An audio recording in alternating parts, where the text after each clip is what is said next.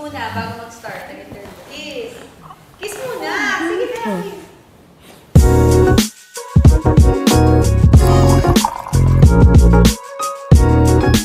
I'm Mommy Pinty and I'm 68 years old. I'm Daddy Bonoy and I am 69. Kamusta naman po ang health niyo? So far, okay naman. Eto nga ang latest naming result. All normal. Praise God. Okay naman. So far, so good. By God's grace, umabot kami ng ganitong edad. Ano po ba ang mga dati niyong mga nirereklamo? Siyempre, pag tumatanda yung mga joints, di ba? Tapos, minsan mahirap matulog. Dati ako para akong transformer. Sis-former. Ang dami niyong mga sis na maliliit. Pero okay, binay naman yun. Magkaroon ng bukol-bukol.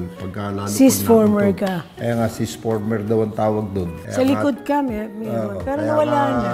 Tingin ko ako'y parang transformer. Kaso sis-former. Kamusta naman po ang maintenance ninyo? Ay, okay naman. Tinutuloy lang namin yung maintenance namin. As recommended by our doctor. Yes. Kasi regularly, nagpapacheck up pa rin naman kami sa doctor. Kasi sabi nung commercial, if symptoms persist, consult your doctor.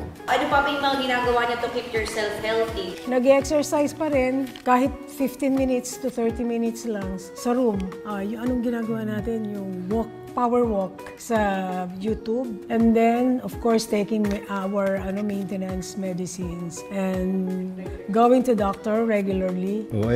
Kamukha ka na sinabi ni Pinty, ganun nga lang yung regular ang visit sa doktor kasi it is recommended. Tsaka, siyempre, we are trying na i-avoid yung masyadong matamis, masyadong mataba, masyadong mamantika, and everything else. Para makontrol ang sugar. Kasi mahina na yung aming metabolism. So ano pong nabago sa inyong maintenance at health routine? Ay, may sikreto kami ni Daddy talaga. We've been hearing about this. Medyo naririnig namin to sa church.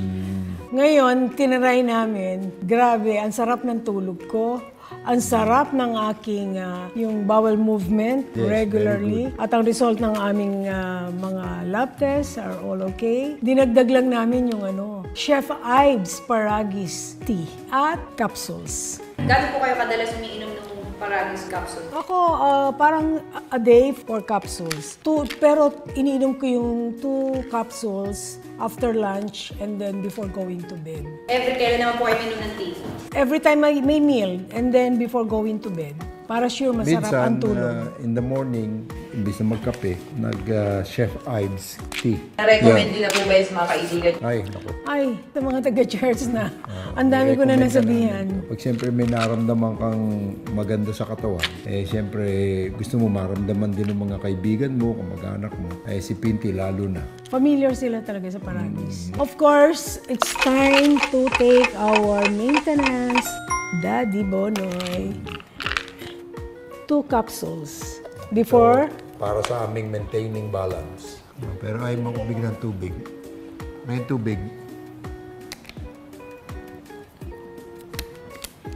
So mga ka-maintenance, don't forget, idagdag natin ang Chef Ives Paragis capsules and Chef Ives Paragis tea. But still, consult your doctor. Consult your doctor.